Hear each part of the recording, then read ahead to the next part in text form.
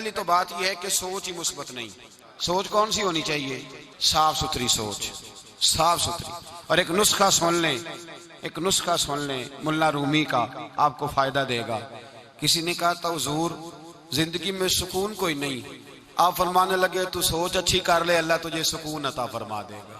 بے سکون بندہ وہ ہے جس کی سوچ بری ہے، جو کہتا ہے یہ بھی میرے حق میں برا ہے، یہ بھی میرا دشمن ہے، یہ بھی میرے لیے غلط ہے، یہ بھی میرے لیے غلط ہے. وہ بے سکون ہے.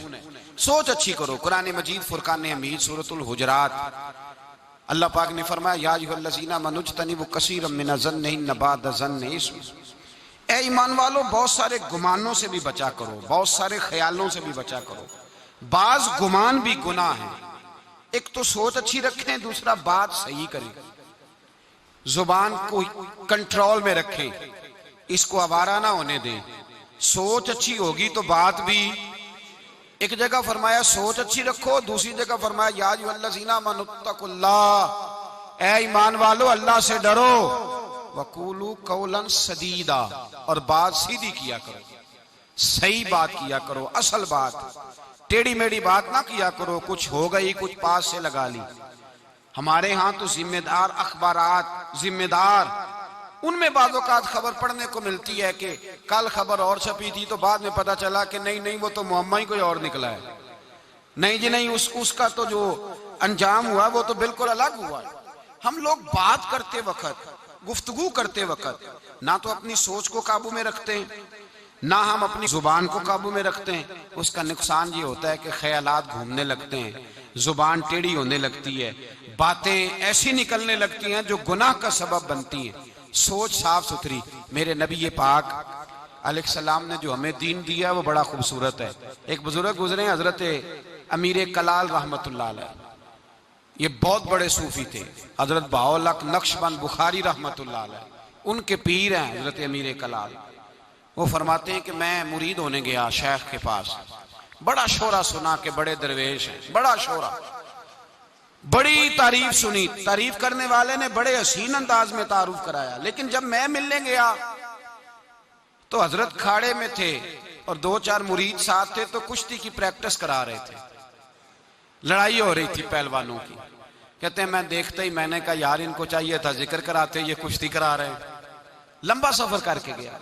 ان کو چاہیے تھا کہ یہ قرآن شریف کی تلاوت کراتے، درود پاک پڑھاتے، محفل ہو رہی ہوتی، واعظ و نصیحت ہوتا، یہاں کشتیاں ہو رہی ہیں. فرماتے میں جو ذہن بنا کے گیا تھا نا، جو تصور، جو میرے اندر خاکہ تھا، وہ میرا ٹوٹ گیا. کچھ تو مجبوریاں رہی ہوں گی، یوں ہی کوئی بے وفا نہیں ہوتا. پہلی ملاقات میں تھوڑے فیصلے ہو جاتے ہیں، ذرا انسان کو دیکھ تو لینا چاہیے، پس منظر پہ بھی اترنا چاہیے، بات کی گہرائی تک جانا چاہیے. کہتے ہیں اب میں نے کہا نہیں میں غلط جگہ آ گیا، بھول گیا میں.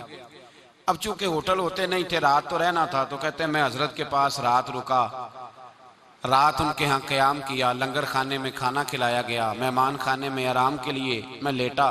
رات میں نے خواب دیکھی، میں دلدل میں الجھتا جا رہا ہوں اور جتنا باہر نکلتا ہوں اتنا اندر جاتا ہوں. کہتے ہیں حضرت امیر کلال میری خواب میں آئے اور میرا بازو پکڑا، اللہ اکبر کہا اور مجھے باہر نکال دیا. کہتے ہیں میں دلدل سے نکلا تو میری آنکھ بھی کھل گئی. ادھر دروازے پہ دستک ہوئی، نماز کا وقت ہوا. فجر کے بعد خود اپنے ہاتھوں سے حضرت ناشتہ لے کے آئے اور میرے آگے ناشتہ رکھتے کہنے لگے بیٹے اگر میں کشتی نہ کرتا تو رات تجھے دلدل سے کون نکالتا، اگر میں پہلوان نہ ہوتا تو رات تجھے، اور میرے اندر طاقت تھی تو تجھے نکالا نا. اور پھر فرمانے لگے بولے آدمی پوچھ ہی لینا تھا، ہمارے پیچھے کسی نے بتلایا ہے کہ کافر حملہ کرنے والے ہیں، میں خود بھی جہاد کے لیے جدوجہد کر رہا ہوں اور مریدوں کی بھی تیاری کرا رہا ہوں. تو یہ تو دین کا کام ہم کر رہے تھے، تو سمجھا ہی نہیں. لوگ سوچ اچھی نہیں رکھتے، اس کو آگے لوگ بیان کرتے ہیں، آگے لے کر کے بات کو جاتے ہیں. آپ کسی جگہ بھی جاتے ہیں، کسی شخص سے بھی ملاقات ہوتی ہے، وہ بہت بڑا دنیا دار ہی کیوں نہیں، بہت بڑا دنیا دار ہی کیوں نہیں، لیکن آپ پہلی نظر میں رائے قائم نہ کریں. آپ فوری طور پہ اپنے خیال کو آوارہ اور پھر اس بات کو آگے بیان کرنا، پھر اس بات کا آگے تذکرہ چھیڑ دینا، پھر انہی لفظوں کے ساتھ، بلکہ تھوڑا بہت لوگ مسالہ بھی لگا لیتے، تھوڑا بہت. یہ تو صرف ہو رہی تھی نا کشتی، ہمارے دور کا بندہ ہوتا تو اس نے ڈھول اپنے پاس سے شامل کر لینا تھا، اس نے کہنا تھا ڈھول بھی بج رہے تھے۔ میرے بھائی ایک تو سوچ صاف رکھیں،